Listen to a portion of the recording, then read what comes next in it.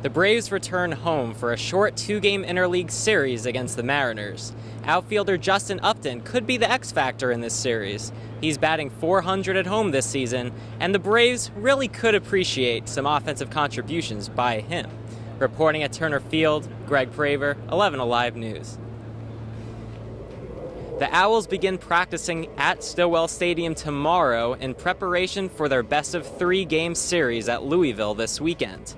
They feel pretty confident after having a huge victory over Alabama on Monday that they could shock the world. Reporting at Stillwell Stadium, Greg Praver.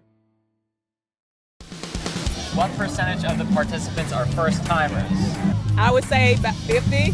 10%. Probably 30%. Okay, what percentage of this year's participants are first-timers? 75%. 40%. 30%. 10. 50. I say 20. 23%. You were very close. 23%. Oh, that's my age. Yes. Only 3 women participated in the first ever Peachtree Road Race. What percentage of this year's contestants are women? Half, yeah. 80%.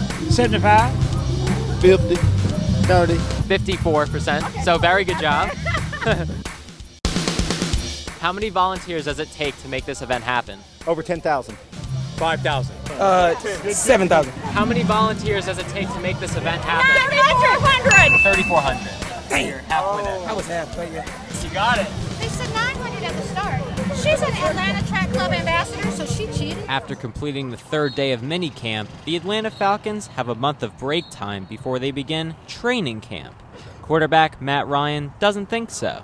I'll be working hard with our guys during the next month in the weight room, continuing to try and build on what we've done, and getting out and working on some footwork stuff, some footwork drills, and keep my arm fresh, keep throwing.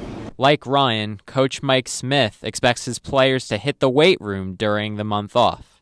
In the meeting this morning, I asked for a show of hands of how many guys were going to be using the weight room, and I was very impressed with how many guys are going to be here and not taking the time off. And dealing with the possible distraction of being featured on HBO's Hard Knocks, Coach Smith doesn't sweat it. It's no different than our game. You turn on NFL Network, you turn on any of the networks that are covering our games, they capture everything that is happening on a sideline. They're just there for a 2-hour period. It's no different. We'll see newly acquired quarterback TJ Yates and the rest of the HBO's Hard Knocks crew back on the field later in July for training camp. Greg Praver, 11 Alive Sports. I'm Greg Praver. Dan Uggla's a Brave no more. The team released the struggling second baseman today, less than 4 years into his mammoth 5-year contract. No personal clothes in his locker when we got to the ballpark today. Uggla will go down as one of the biggest, if not the biggest, contract flop in franchise history. Uggla's release comes at the end of the All-Star break after he had been suspended Sunday for reportedly being late to the ballpark for what turned out to be his final game on the roster.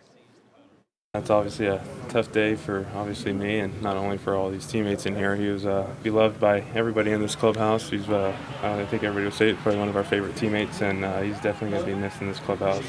British Open in Liverpool, England, and the leaderboard is a who's who of the golf world.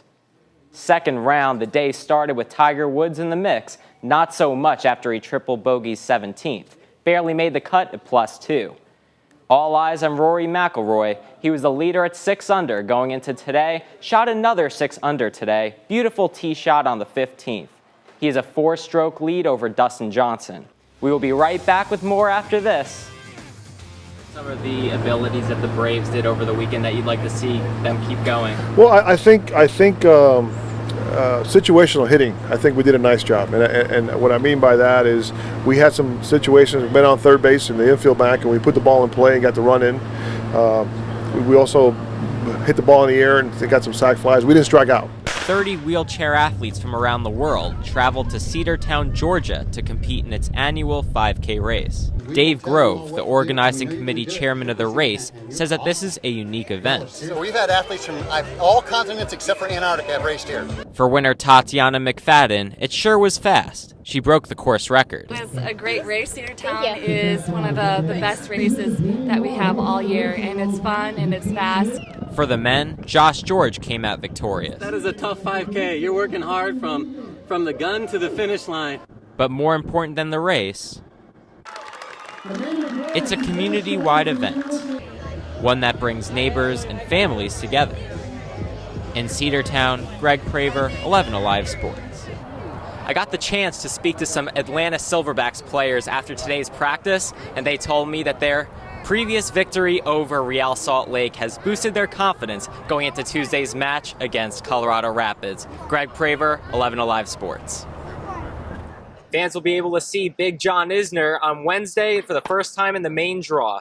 Atlantic Station, Greg Praver, 11 Alive Sports. There's so much excitement here at Fado's Irish Pub, with the U.S. scoring 34 seconds into the match in a very key match as they face Portugal and Germany, two very tough opponents. They surely need these goals right away.